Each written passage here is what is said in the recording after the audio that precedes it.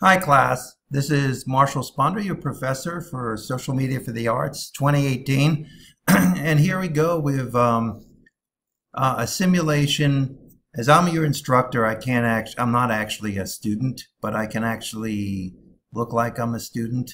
So if I actually go through the course as a new student, the first thing I really do is go to the modules. And the first thing, which I'm still working on because this is our template, is our Spring 2018 greetings from your professor, which I won't play for you now, and the tour of the course, which will be updated with this video for that. I would recommend you read you look at my video and all of it, and you look at the tour of the course. Okay. Going back, I usually just go back to the modules because, however, I believe there's a way to go to the next page. I would read all of this stuff, getting started, meet your professor, that's me, at least for sections 90 through A5. And this is a very recent photo of me that someone took at the Met just over the holidays. And there isn't any way to just walk in my office. You really have to communicate with me by email because this is a remote course. I am occasionally at Rutgers, but more often I hail remotely. So trying to walk into my office wouldn't really work. My graduate assistants aren't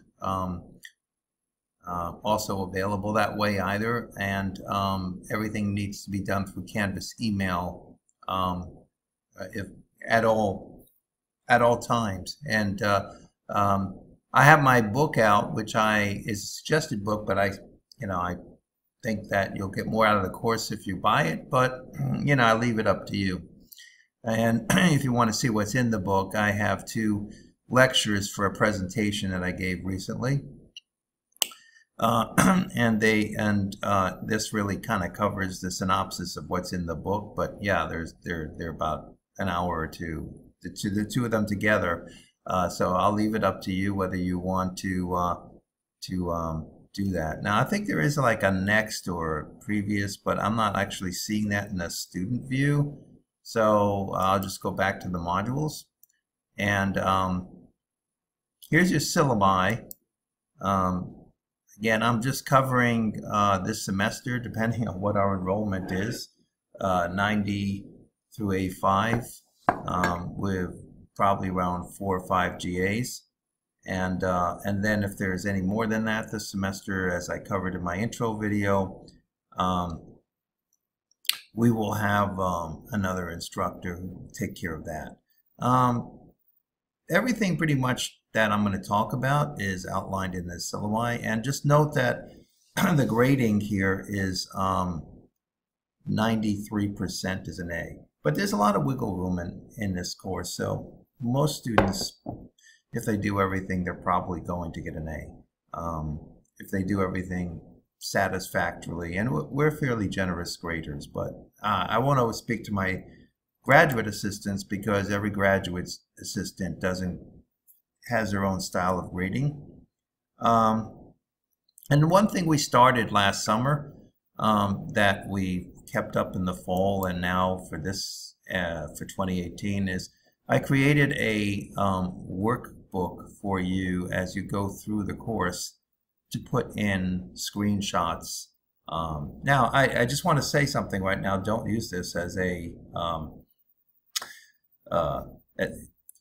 this is where you're collecting stuff, so you can leave all these comments in, and if you have done demand metrics charts, which are optional in 2018, you can paste some of these in here if you have them. But other than that, you'll just go through and write the answers that you're putting into your surveys here as well, or note them before. It would be better for you to keep all of this stuff in a cloud drive. That's what I prefer. Usually Rutgers, I believe, gives you a cloud drive, or maybe you have Dropbox, but trust me that every semester there's always a couple of students that either lose it or their laptops get stolen or something happens to them. And of course, there's a couple of creative slides at the end, and we'll cover that in another presentation. So this is, you can download by just clicking on here, but I'm just putting, so this has been updated. And if we go back, so I just go back through everything because I can't seem to go to the next one. And then we have your dates. That I would suggest that, and all these links really should work. I tested them out a couple of weeks ago. They worked then. They're the dates for the work being due. And note that the soft and the hard dates are, in this course, there's no way for me to say soft date on the Canvas due date. So it'll say due by, and then if it's after, if you give me the work after, say, assessment 1 after January 8th, it'll say it's late, but we'll actually accept it till March 18th for full credit. But there's no way for me to change Canvas to say, oh, this is just a soft due date. This is just what we wanted. This date here is when we ideally suggest, if you were the ideal student, you would do work and it would be done by these dates. However, maybe you have your own schedule. As long as it's done by this hard date, it's fine. Then afterwards, we accept stuff late for a week or two, but we take off, I believe, half credit or 25 points in a lot of cases. We take off half credit the first week and then another 25 points the next week. And then after that, it's not really any point to even submitting anything. So if we get anything more than 2 weeks late, and usually we have to get it manually because you won't be able to do that. Also, another thing that's different is this semester I started a new policy of only making the rest of these assessments 8 through all the way bibliography 2 and discussion 2. All of those will only be available for the second half of the course. So I don't want students racing through. And also with the final project, I'm only really starting access to it till after March 18th into April 30th. So, and the earlier you submit, the better. And do the Proctor Track onboarding quit as soon as possible. So going back, I guess, no, I do have a next here. It does appear here. What else do we have in the essentials here? Proctor Track is a black box to us, so you basically need to, if you have a problem with Proctor Track, you can let us know about it, but probably you'll need to contact Proctor Track directly using the online chat or phone number. And also disability. If some of you have letters of accommodation, we need them by mid-semester. I don't want to have students coming up at the last day of class online and giving me their letters of accommodation. There wasn't a time to accommodate. So there needs to be a reasonable time to accommodate, and I'm not going to accommodate students. That doesn't seem to be working. No, maybe it does work. And then honesty and plagiarism. Well, we don't have any plagiarism here, right? I don't think we have any plagiarism in this course. And while most students do email me through the Canvas email and email their graduate assistants first, it does so happen that I have a problem ticket form here. If you want to use that instead, I have it sent to email me and give me your, you just fill it out, and I also respond to those. But what else is there? So in this course essentials section here, let's see. Now, for 2018, we have a lot of these spreadsheets that some of them we used to ask students to do. They're paid spreadsheets that you don't have to pay for because I pay for them through my membership with Demand Metric, which cost me $500 a year. What I want to say is that since we stopped asking you to use them, we will give extra credit when students do use them in their projects, in their final projects. So if you feel stumped or you need some help with something that one of the dashboards does, like a competitive analysis, or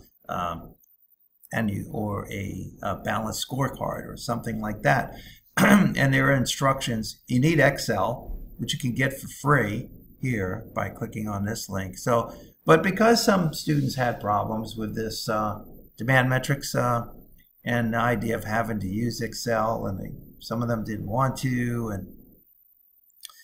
and I kind of thought, I said, forget about using, if you don't want to do any of these spreadsheets, that's up to you. If you think you know what you want to talk about, put that in, write that in your student workbook as well.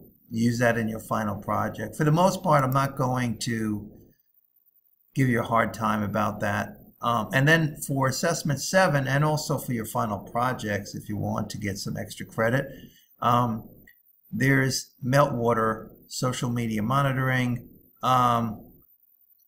that is free, provided to students. I would ask you to look at your section and then use the appropriate account login, and the password's the same for your section, and then create a dashboard if which is, I think, assessment 7 takes you through. So you get an idea, but of course I'll reward creativity, and my graduate assistants will be instructed to do the same when you can interweave these this platform into your final project. And sometimes I might actually reward assessment 7 with extra points as well.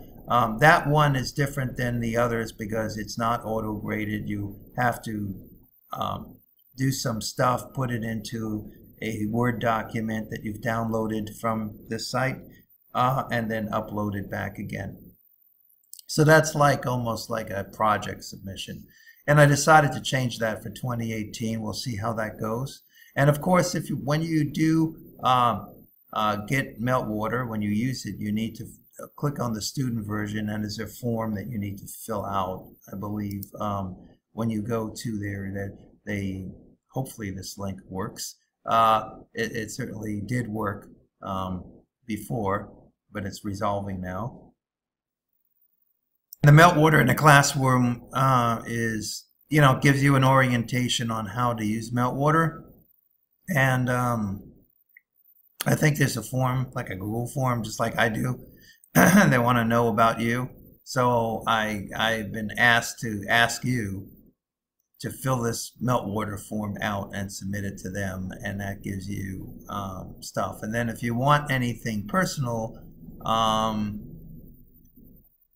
I think that they can actually train you directly if you really need some training. These tools, in my experience, are very lightweight, and they do have some power.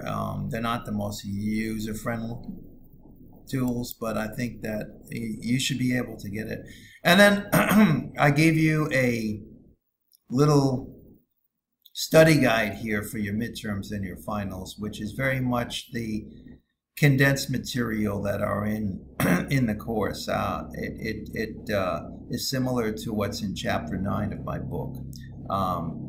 So while I would love students to buy my book, I wanted to be sure that the decision to buy my book is their decision and not some requirement, and that I don't really want to know how many of you buy my book. All I want to know is that that you get the best experience of the course that you can get. And I think you would, excuse my voice, get a better experience of the course and be able to use the information if you have the book. But I'm not going to make you buy the book. And so there's nothing in the course that actually requires you buy my book and buy Gohar's in my book. But but having said that, my idea is that you do buy the book. The suggested text, and I'm clear it's suggested text, is Digital Analytics for Marketing. And again, here's these same 2 videos that and the presentation itself. and 2 videos on that presentation, so you can get the same synopsis by me talking, or you could just go through this presentation yourself to see more or less what's in the book, and if it's for you or not. But I think you've got at least a part of the book that relates directly to this course, and then everything else. I have a Flipboard magazine. I post a lot of stories on there that I read on Flipboard. A lot of them make it into the Social Media for the Arts Facebook page, but some of them don't. And honestly, sometimes lately I'm finding that when I'm on my phone trying to look at Flipboard and I try to paste it into the Facebook page, it loses the image, and I don't like that. So I've been just posting stuff here and not trying to post directly to Facebook, and then combing through here and deciding what I'm going to put on the Facebook page. And that works better. But if you want to stay up to date and read my eclectic, what I think is interesting, a lot of it is in the Social Media for the Arts Facebook page with some commentary in some cases. But a lot of cases, I don't usually put commentary here. But you can, follow this, and I'll upkeep that as long as they're having magazines, and as long as I'm reading that. And then here's a Facebook page. You'll see some of the same stories that I posted, but I tend to filter a little bit what I put on the Facebook page.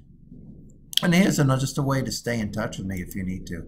I also do get messages there occasionally, though I think it's better to reach me by Canvas email. But for former students, if they need to reach out to me, we'll see. And then basically the rest of it, we're in the first section. So if we go back to modules, we've gone through everything in the course essentials now.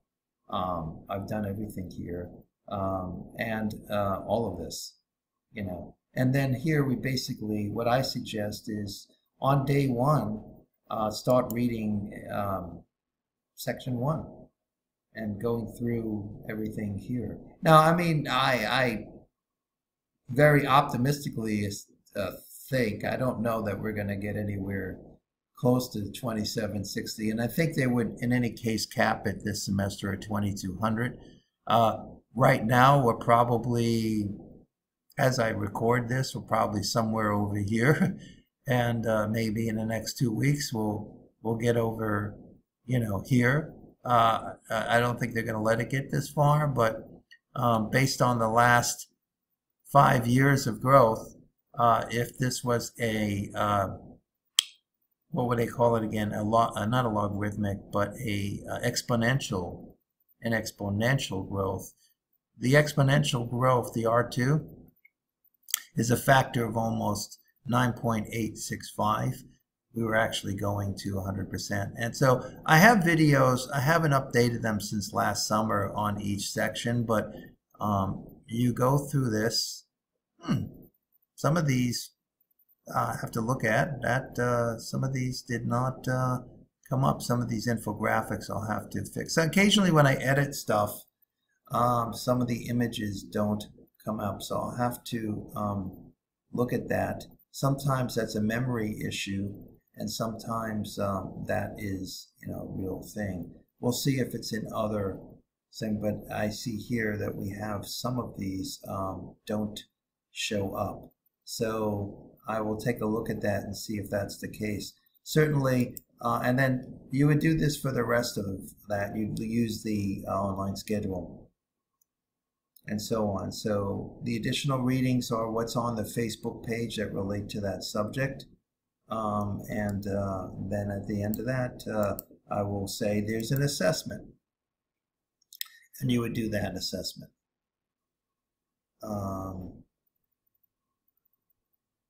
Until January 16th, but you can't do it because it hasn't started yet. So the very first date, so you can't, and that's how your stuff looks if it's after the hard due date. You'd have to send it to us. Except in some cases you won't be able to get to it. We can adjust. So let me see if everything else looks the same way in student mode. Let's see what that looks like in student mode. So if we look at do we have the images coming up or do they not come up? The videos come up. So in this case, the images come up. So maybe I have to fix that. We'll see if it's still the case. But pretty much we do have these things sometimes. They come and go. So if you don't see images that are pasted in, it may be because it's a temporary thing, or I'll have to go back and fix it. And the same thing for the rest of the course. The only thing I would say is, because we're in a student mode here, when you want to go, what I do is go through the modules. And I think also your account, you can look a little bit at your account here to see, you would go through all of this part here, I think by the 18th of March. If this is the spring semester. In the summer semester, it'd be a little truncated. And in the fall, we'll probably redo this video again for the fall semester, possibly. But the dates would be dependent on the semester and on the due date and course essentials that I've laid out. And then the second half won't be available until after March 18th, until April 30th. So you can work through the last parts. Your exam modules in a separate place. And note that there's 2 exams that you'll see, a midterm A and a final exam A. There is actually a B version, and the only time I make that available is for students that might have taken the A, or there's an alternate version I've been asked to create for every exam. So that's what you have there. And then your final project, if we go back to here, if you want to get to your final project, once you get through, you have your final project template here, and also you can upload here. But it's locked until March 1st, so you can't really do anything. I can't show you in this version. Now, if I leave the student view, I can. So I can show you that right now. And this is the way I see it. I see more. And you can upload. There should be an upload right here. But I see it a little differently, but there should be an upload link. We can upload, you can download the template, and then you're going to customize it. I might put a video here as well. Other than that, we have a unified email box. Like, for example, here I have emails where I'll see everything coming in. I can go by all my sections that I have. I'll see all of your sections up here. You'll be able to email to your graduate assistant and me, and I'll be able to respond. And this is how I prefer to get all my work. So everything else I think I will leave for another video, and stop now.